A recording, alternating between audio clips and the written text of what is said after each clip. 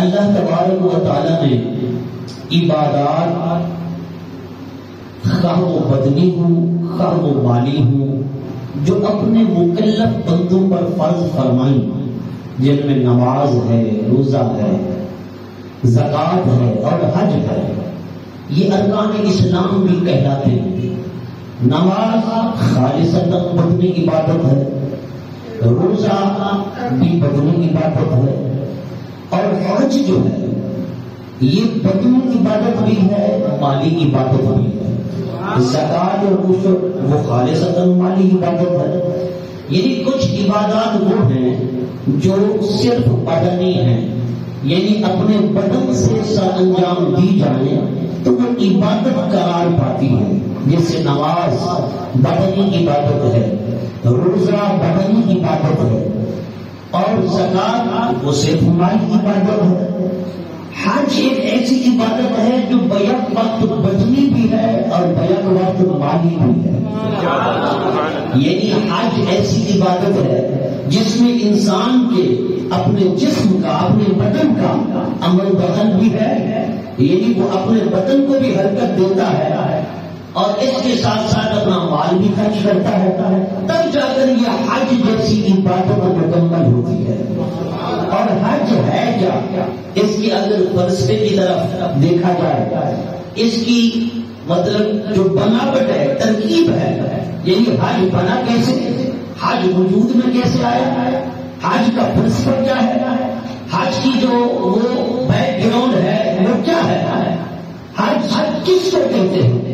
حج یہ اللہ تبارک و تعالیٰ کے پیارے، مقبول، محبوب اور برگزیدہ بندوں کی عادات، اقوال، افعال، اقوال، ان کی سر انجام دی جانے والی عبادات کا نام ہے۔ آپ سے میں پوچھنا چاہتا ہوں، کیا کبھی کسی نے دیکھا ہے خدا کو کہ وہ اللہ اپنے گھر کا طواف خود کر رہا ہو؟ نہیں، رب نے بیت اللہ کا طواف کبھی بھی نہیں کیا، لیکن اللہ کے نبیوں نے، اللہ کے پیغمبروں نے اس گھر کا طواف فرمایا۔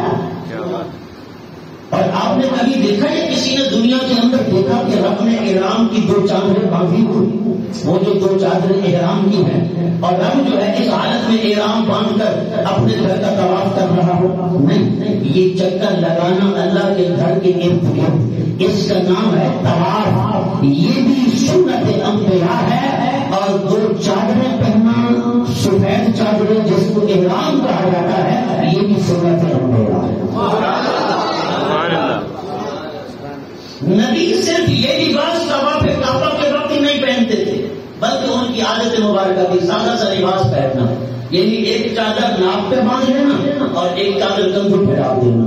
اس طرح اللہ کے نبی ایک سادہ سا لباس پہنتے تھے، وہ سادہ سا لباس ان کی زندگی کا حصہ تھا، وہ عام حالات کے اندر بھی یہ لباس پہنتے تھے، حضر میں ہوں، سفر میں ہوں، کام کاج میں ہوں یا جیسے تیسے ہوں، عبادت میں ہوں یا عبادت میں نہ ہوں، ان کے لیے لباس تھا۔ 70 نبیوں نے احرام کی دو چادروں جیسا لباس پہنا، رب کو ان کا لباس ایسا پسند آیا کہ ہر مطلب کے لیے خواہ طواف حج کرے، خواہ طواف عمرہ کرے، رب نے واجب فرما دیا کہ اس احرام کے بغیر میں تمہارا حج مکمل ہے، میں تمہارا عمرہ مکمل ہے۔ یہ رب اپنے نبیوں کی یاد زندہ کروا رہا ہے۔ رب کو جو ادا پسند آ گئی، رب نے اسے عبادت بنا دیا، بس مقصد خلوص ہے۔ اگر کوئی نیکی سر انجام دینے والا بندہ اپنے اندر خلوص پیدا کر لے تو رب اس نیکی کو ہمیشہ کے لیے جاری فرما دیتا ہے۔ آپ دیکھیں یہ طواف نبیوں نے فرمایا، رب نے ان کی نیکی کو ہمیشہ کے لیے جاری فرما دیا۔ یہ تو احرام کی چادریں نبیوں نے پہنی، رب نے ان کے اس لباس کو، ان کے اس عمل کو ہمیشہ کے لیے عبادت بنا کے جاری فرما دیا۔ وہ پتھر آیت تو تھا بطور گو کے، جیسے عمارت اونچی ہو جائے نا تو گو کے لیے آج کل پھٹے رکھے جاتے ہیں یا مشینیں وغیرہ یا کوئی اور چیز ہے۔ حضرت ابراہیم علیہ السلام نے عرض کی، مولا تیرا گھر خانہ کعبہ جو ہے اس کی بنیادیں اوپر ہو چکی ہیں، اب میرا ہاتھ جو ہے وہاں تک نہیں پہنچ پاتا، میرے ہاتھ کی رسائی نہیں ہے، مولا اب کیا کروں؟ اللہ نے جنت سے ایک پتھر دیا. حضرت ابراہیم علیہ السلام کو فرمایا یہ تمہاری گو ہے, میرے گھر کو تعمیر کرو, میرے گھر کو مکمل کرو. حضرت ابراہیم علیہ السلام پتھر اٹھاتے, اس گو والے پتھر کا جو جنت سے آیا تھا اس کے اوپر آپ کھڑے ہوتے, وہ خود بخود اوپر کو ہو جاتا.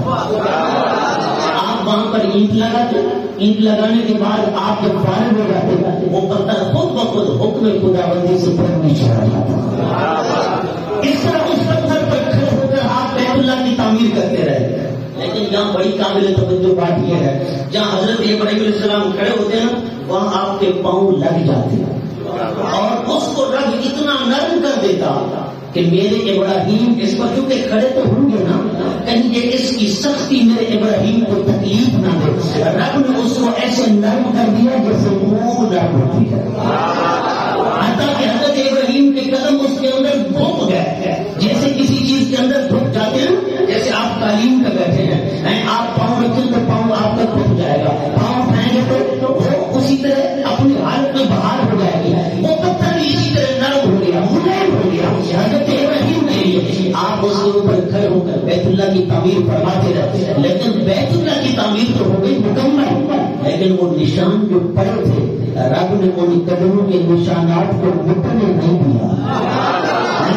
ان نشانات کو رب نے مٹنے نہیں دیا, تاکہ ایسے پتھر کو جو دیکھے وہ میرے ابراہیم کے قدموں کے نشان بھی دیکھے, تاکہ یاد ابراہیم زندہ ہے. یاد ابراہیم عقیدہ سنیت واضح ہو. ہم سنی اپنے بزرگوں کے تبرکات محفوظ رکھتے ہیں, ان سے نسبت رہنے والی چیزیں جیسی انہیں محفوظ رکھتے ہیں. کیوں؟ تاکہ وہ زندہ ہے, وہ چیز قائم ہے, اس کی زیارت بھی کرے, اس سے برکت بھی حاصل کرے, اس کے وسیلے سے دعائیں بھی مانگے. ہمارا یہ نظریہ ہے نا, ہمارے سنت کا عقیدہ ہے. پتا چلا یہ عقیدہ ہمارا ایسا نہیں جو ہم نے دل سے پکڑ کر لے لیا ہو, بلکہ یہ عقیدہ وہ ہے جو ہمیں رب کا بات لاتا ہے, اور رب کے قرآن نے اس کو محفوظ کیا ہے. جو سوچ آج کے ظلم کی ہے وہی سوچ سیاست کی تھی. آپ دیکھیں حضرت عمر فاروق اعظم مسجد حرام میں آیا, دیکھا کہ وہ پتھر رکھا ہے, جس پتھر پر حضرت ابراہیم کھڑے ہو کر بطور گھوڑ کے کعبۃ اللہ کی تعمیر کر رہے تھے, وہ پتھر سامنے رکھا ہے, اور اس پتھر کے اندر حضرت ابراہیم کے قدموں کے نشانات بھی ہیں. حضرت عمر فاروق اعظم بطور مشورہ حضور کی بارگاہ میں عرض کرتے ہیں, یا رسول اللہ کیوں نہ ہو اسی پتھر کو ہم سامنے رکھیں, اس کو بنائیں مصلی, اس کو بنائیں جائے نماز, اس کو رکھیں سامنے, کیونکہ جب تک ہم آپ کے دادا حضرت ابراہیم خلیل اللہ کے قدموں کے نشانات ہیں, میں چاہتا ہوں کہ یہ سامنے رہے اور ہم اس کو سامنے رکھ کر نماز پڑھیں.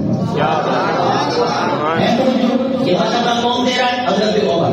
حضرت عمر یہ مشورہ دے رہے ہیں, یا رسول اللہ اس کو جائے نماز بنائیں, اس کو مصلی بنائیں, مقام ابراہیم کو, اس پتھر کو.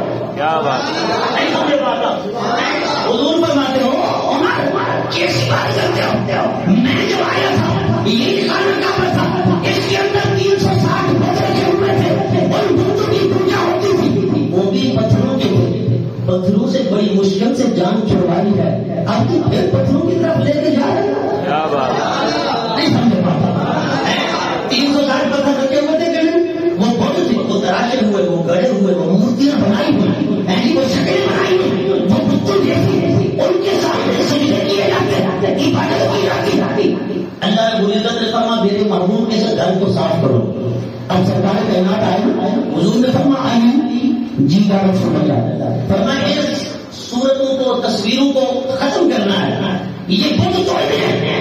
اب کی یا رسول اللہ آپ میرے کندھوں پہ آ جائیں تاکہ آپ ان کو توڑیں اپنے دست اقدس کے ساتھ. سرکار کائنات نے فرمایا علی بارے لوگوں نہیں اٹھا سکے گا. اللہ اکبر. حضور نے فرمایا علی تم بارے لوگوں نہیں اٹھا سکے گا. آج کیا کر پھر کیا کریں. حضور نے فرمایا علی تم میرے کندھوں پہ آ جاؤ, تم میرے کندھوں پہ آ جاؤ. علی مصطفیٰ کے کندھوں پہ کھڑے ہوئے. حضور نے فرمایا علی کعبہ کی دیواروں کو صاف کرو. علی نے کعبہ کی دیواروں کو صاف کیا, سارے بت اکھاڑ کے پھینک دیے. حضور نے پوچھا علی بتاؤ کہ آقا کھڑا تو آپ کے کندھوں پہ ہوں، لگتا ایسا ہے خدا کے عرش کو چھوڑا، خدا کے عرش کو چھوڑا۔ سرکار نے فرمایا علی یہ مصطفیٰ کے کندھوں کا کمال ہے، کھڑا تو تم بنا ہے، لگتا ایسا کہ اتنا اونچا ہے۔ حضرت علی کو اتارا، حضرت علی کندھوں سے نیچے اترے بڑے آرام کے ساتھ۔ حضور نے علی کو دیکھا تو علی مسکرا رہے ہیں۔ سرکار نے فرمایا علی ہنستے کیوں ہو، مسکراتے کیوں ہو؟ علی نے کہا آقا اونچا اتنا تھا کہ خدا کے عرش کو چھوڑ سکتا تھا، اترنے میں کوئی دیر بھی نہیں لگی، کوئی تکلیف بھی نہیں ہوئی، کوئی پریشانی محسوس نہیں ہوئی۔ سرکار نے فرمایا علی تجھے نہیں پتا جسے اٹھانے والا مصطفیٰ ہو، اتارنے والا جبرائیل ہو، اسے کیا ہوتا ہے؟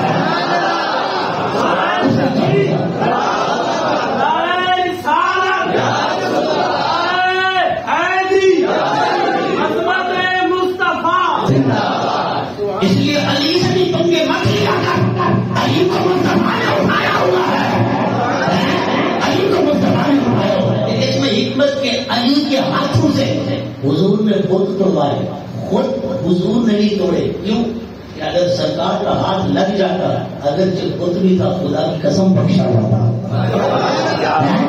لیکن رب فرماتا ہے نا کہ یہ جو پتھر ہے، مورتیاں، یہ بھی جہنم میں جلیں گی۔ آپ قرآن میں پڑھتے ہیں نا وقود الناس والحجارہ، جہنم کا بال، جہنم کا ایندھن کیا ہے؟ انسان ہے اور پتھر ہے۔ یہاں سوال اٹھتا ہے کہ وہ جو بتوں کی پوجا کرنے والے مشرک یا مشرک وہ تو جہنم میں ڈالے جائیں گے، کافر تو جہنم میں جلیں گے۔ اگر میں یہ بات آتی ہے کہ کافر جہنم میں جلیں گے، لیکن یہ جو پتھر ہے یہ بھی جہنم میں جلیں گے، اس کی کیا وجہ ہے؟ پتھروں کا قصور کیا ہے؟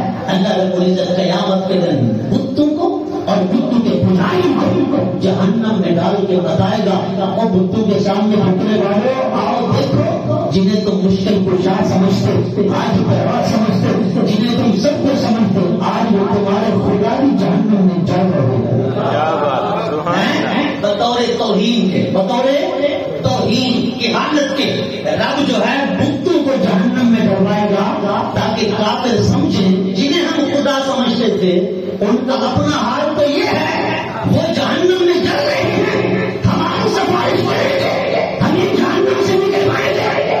لیکن بڑی معذرت کے ساتھ یہاں پر ایک عقیدے کی اصلاح بھی کرتا چلوں۔ لوگ کہتے ہیں کہ دیکھو کوئی نبی ہو، ولی ہو، غوث ہو، قطب ہو، ابدال ہو، کوئی نفع نقصان کا مالک نہیں ہے، کوئی کسی کو فائدہ نہیں پہنچا سکتا، کوئی کسی کو کچھ نہیں دے سکتا۔ نبی ہو، ولی ہو، غوث ہو، قطب ہو، رسول ہو، ابدال ہو، معاذ اللہ ثم معاذ اللہ، یعنی وہ بتوں کو نبیوں پر، نبیوں کو بتوں پر قیاس کرتے ہیں۔ کیا کرتے ہیں؟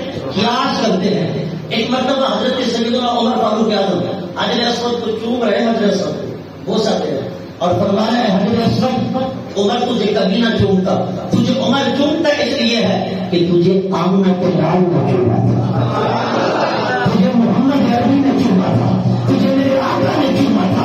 بس حجر اسود تیری کوئی شان نہیں، میرا کوئی مقام نہیں، نہ تو نفع دیتا ہے نہ تو نقصان دیتا ہے، چوما ہے اس لیے کہ تجھے مصطفیٰ نے چوما ہے۔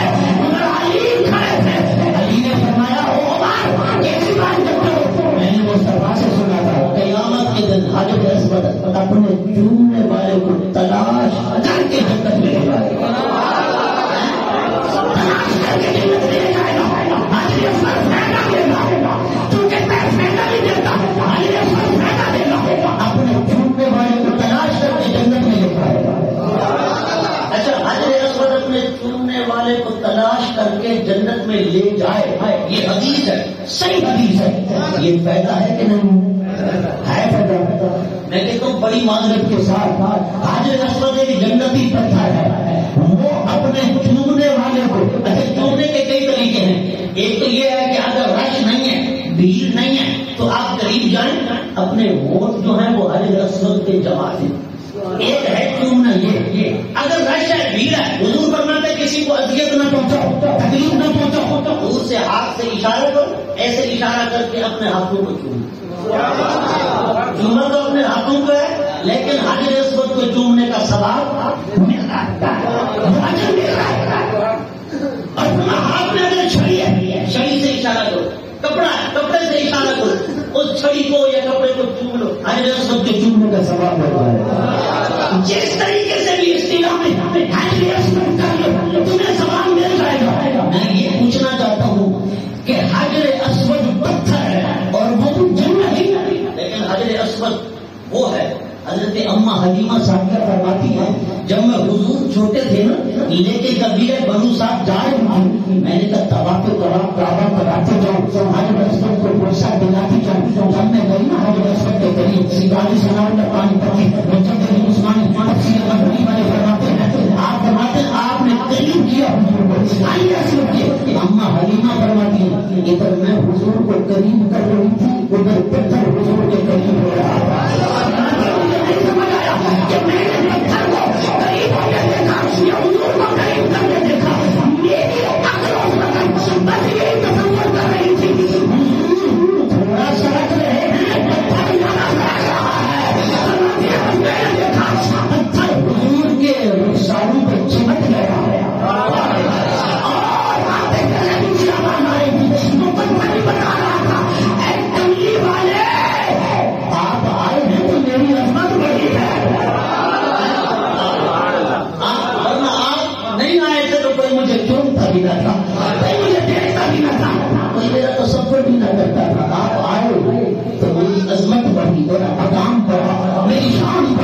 اس لیے میں کہتا ہوں اگر اپنا شان مقام بڑھانا چاہتے ہو نا، دنیا کے سارے بت پاس کر دو، دنیا کے سارے بت توڑ دو، آپ سمانا کرنا تھامو.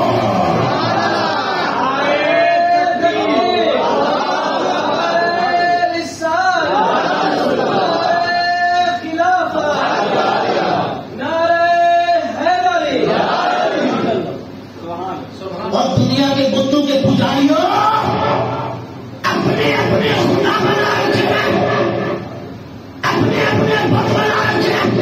ضروری نہیں بت کے سامنے سجدہ کیا جائے، نہیں سمجھو بات. سبحان اللہ سبحان اللہ. یعنی ہر گال ضروری سر جھکایا ہو جائے تمہیں سمجھو وہ بھی پوجا ہے. حکم حضور کا چل رہا ہے، ایمان میرا حکم چل رہے حکم سرکار کا چلتا ہے.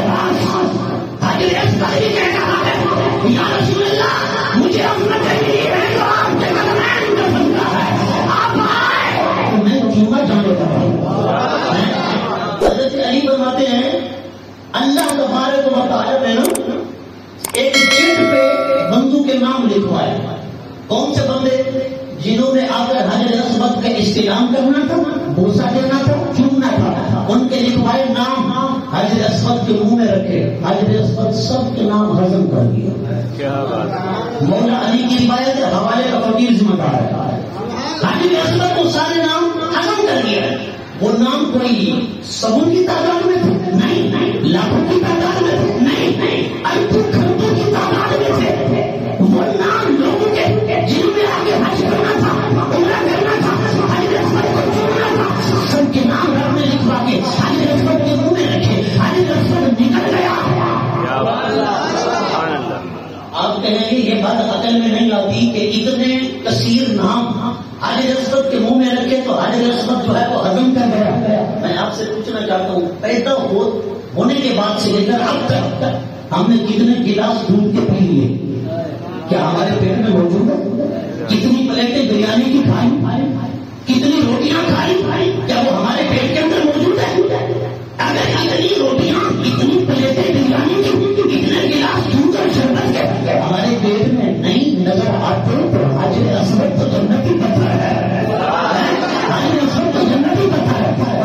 رب نے وہ سارے نام لکھ کر حجر اسود کے منہ میں رکھوائے، وہ ہضم کر گیا. قیامت کے دن وہ دیکھے گا کہ کس کس نے میرا استعلام کیا تھا، بوسہ کیا تھا. 120 صفحے ہوگی قیامت کے دن، پہلے قیامت کی. اللہ حجر اسود کو اجازت دے گا اور حجر اسود جاؤ، جس نے تجھے ڈھونڈا اس کو قیامت کے صفحے میں تلاش کرو، تلاش کر کے اسے جنت میں لے جاؤ. میں نے کہا یا تو ہم حضور سے وفا اس لیے نہیں کرتے کہ ہمیں پتہ نہیں ہے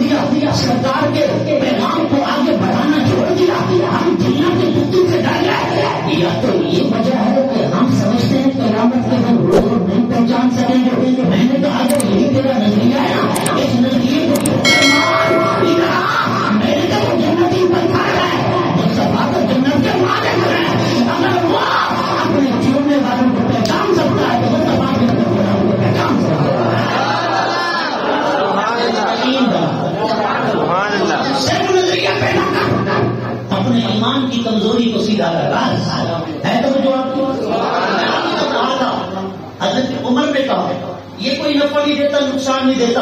حضرت علی نے فرمایا یہ نفع بھی دیتا ہے نقصان بھی دیتا ہے. اللہ اکبر. حضرت عمر نے کہا آمنا و صدقنا. بہت سارے مسائل ایسے ہیں مولا کائنات نے حضرت عمر کی رہنمائی کی. حضرت عمر نے علی کے اس فیصلے کے سامنے سر تسلیم خم کیا. عمر ہے اگرچہ علم میں سب سے صحابہ سے زیادہ ہے لیکن علی تو وہ ہے کہ حضور نے فرمایا انا مدینۃ العلم وعلی کے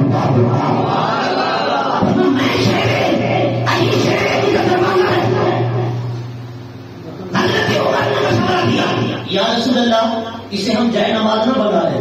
حضور فرماتے نا عمر کیا بات کرتے ہو ابھی تو پتھروں سے جان چھوٹی ہے. یہ 360 بت رکھے ہوئے تھے ان کو میں نے ابھی آ کے توڑا ہے. تو پھر کہتا ہے حضرت مقام ابراہیم کو سامنے رکھو یہ جنتی پتھر ہے جو گو کا کام دیتا تھا اس کو سامنے رکھو اور اس کو سامنے رکھ کے نماز پڑھو. عمر یہ کام نہیں چلے گا یہ بات نہیں چلے گی. میں نے کہا عمر کا ذہن بھی سنی جیسا تھا. سنی بھی سمجھتے تھے اور ہر پتھر ٹھیک نہیں ہوتا. ہر پتھر بت بھی ہو سکتا ہے پر جس پتھر کا تعلق نبی سے جڑ جائے پھر وہ پتھر پتھر نہیں رہتا وہ بمندر بن جاتا ہے. اس لیے حضرت عمر نے مشورہ دیا رب نے جبرائیل کو کہا حضور کو خاموش تھے. ابراہیم نے کہا اتخذوا من مقام ابراہیم مصلی. رب فرماتا ہے آپ کی عمر نے جو کچھ بولا ہے رب نے قرآن بنا دیا. رب نے قرآن بنا دیا ہے. حضرت عمر کی زبان پہ خدا بولتا ہے نا. حضور کی حدیث ہے سرکار فرماتے ہیں ان اللہ ينطق على لسان عمر. فرما میرا عمر جس کی زبان پہ خدا بولتا ہے فرما زبان عمر کی ہے پر اس میں کلام خدا کا ہے. یہ موافقات عمر میں کتنی آیاتیں بتائیں کتنی مشورے کتنی قرآن کے احکام عمر کے مشورے پر رب نے بنا دیے. عمر کے مشورے پر یہ حضور نے فرمایا آج کے بعد اس کو سامنے رکھو.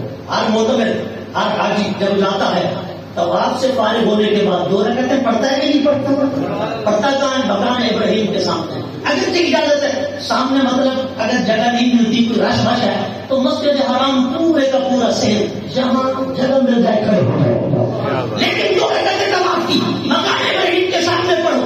میں نے کہا یہ مقام ابراہیم کس کی یاد ہے؟ یہ یاد ابراہیم ہے. اس کے اندر جو قدموں کے نشان ہیں نا علماء فرماتے ہیں امام اسقلانی کستلانی امام ابن حجر مکی حیثمی شیخ محقق شاہ اللہ محدث بریلوی ملا علی قاری مجدد علی ثانی دیگر کئی مفسرین شارحین حدیث نے لکھا فرماتے ہیں کہ قدم ابراہیم جو ہے یہ بالکل حضور کے قدموں کے بالکل مشابہ ہے. سبحان اللہ. یہ نارائن دیکھتے ہو نا نارائن کا نقشہ میرے آقا کے قدم مبارک سے ملتا جلتا ہے. حضرت ابراہیم کا قدم بھی اسی طرح تھا. وہ علماء فرماتے ہیں الوالد السر الابی ہے. باپ کی اوصاف باپ کی عادات باپ کی علامات بیٹے کے اندر ضرور ہوتی ہیں. فرمایا حضرت ابراہیم ہے دادا حضور نے علامات تو ہوں گی.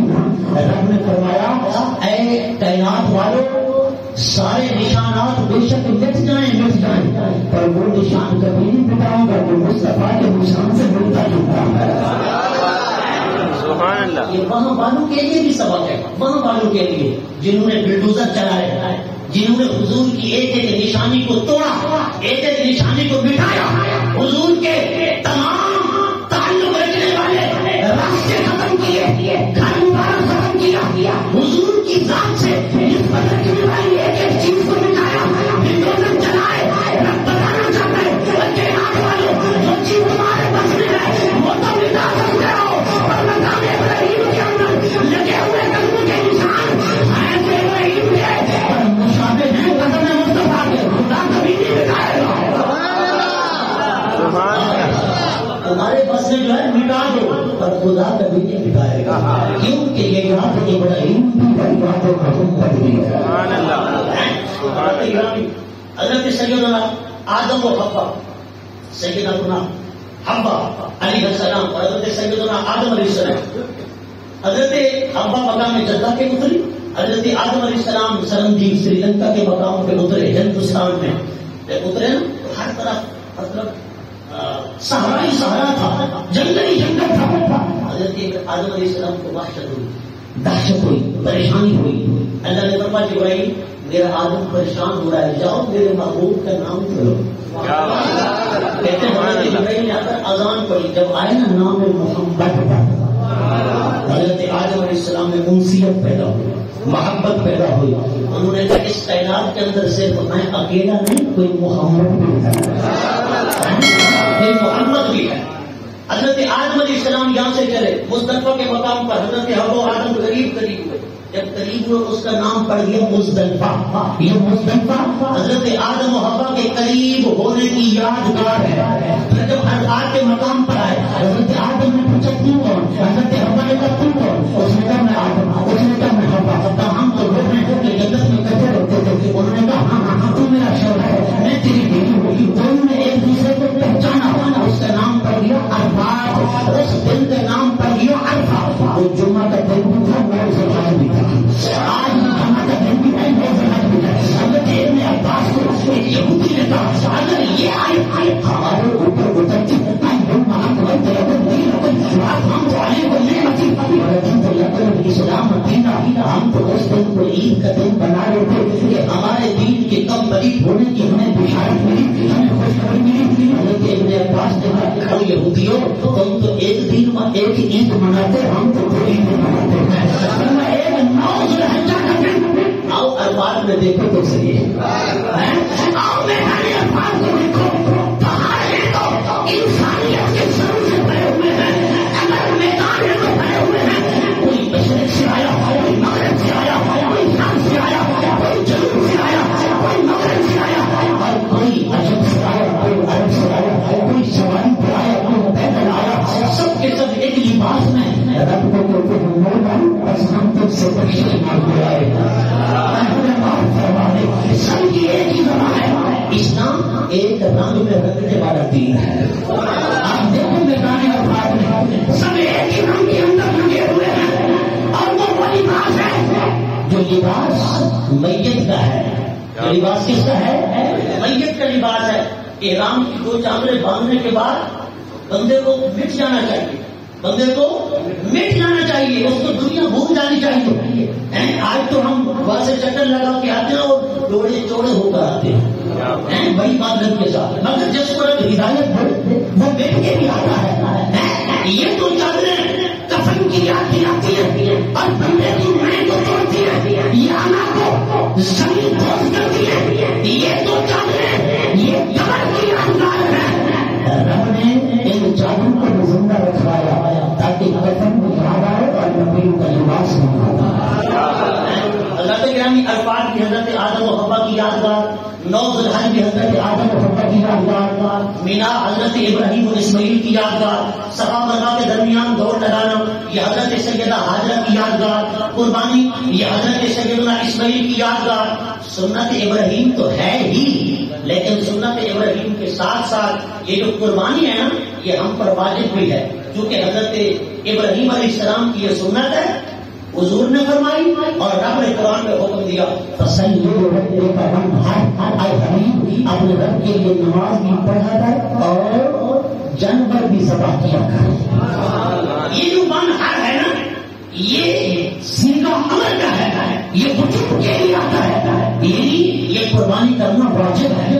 اگر کوئی شاید استطاعت نہیں کرے گا تو وہ گناہگار ہوگا. آج کل روشن خیال لوگ کہتے ہیں یہی پیسہ کسی غریب کو دے دیا جائے. شریعت میں عقل نہیں چلتی، عقل قربان کن بدوش مصطفیٰ بے خطر مت پڑا آتش نمرود میں عقل ہے محبت تماشا لبے بام والی عقل یہاں نہیں چلتی. حضور نے جو فرما دیا، قرآن نے جو فرما دیا، اس لیے قربانی کرنا واجب ہے، جانور کو ذبح کرنا واجب ہے. وہ رقم صدقہ خیرات کرنے سے قربانی کا واجب ادا نہیں ہوگا.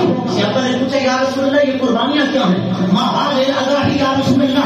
حضور نے فرمایا سنت ابی ابراہیم، یہ تمہارے باپ حضرت ابراہیم کی سنت ہے. فرمایا اس کے ہر اون کے بدلے، ہر صوف کے بدلے، ہر بال کے بدلے تمہارے لیے اجر ہی اجر ہے، ثواب ہی ثواب ہے. فرمایا جو بندہ دیکھیں گوشت کھانے کی نیت سے، آج کل لوگ کہتے ہیں یار چلو ہمارے بچے گوشت کھا لیں گے، یہ نظریہ نہ بنایا کرے.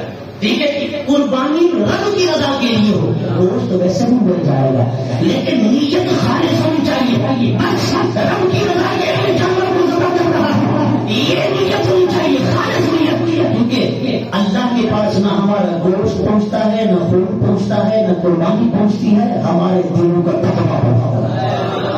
لن ينال الله لحومها ولا دماؤها ولكن يناله تقوى اللہ کی بارگاہ میں کیا کرتا ہے؟ تقویٰ پہنچتا ہے۔ کیا پہنچتا ہے؟ تقویٰ پہنچتا ہے، پرہیزگاری۔ اس لیے علماء فرماتے ہیں ادھر جانور کو ذبح کر، ادھر اپنا نفس امارہ کی گردن پہ چھری چلا، تاکہ ادھر بظاہر جانور کی گردن کٹ جائے، ادھر تیرے اندر جو نفس سرکش ہے، نفس امارہ ہے، اس کی گردن بھی کٹ جائے۔ اگر اس نیت سے قربانی کرے گا تو سمجھ لو تیری قربانی قبول ہے، تیری قربانی قبول ہے۔ اللہ تعالی دعا ہے اللہ رب العزت ہمیں قربانیاں کرنے اور ان کو اللہ کی رضا کے لیے کرنے کی توفیق عطا فرمائے، اور اللہ تبارک و تعالی ہمیں ہر عبادت اپنی رضا کی خاطر کرنے کی توفیق عطا فرمائے۔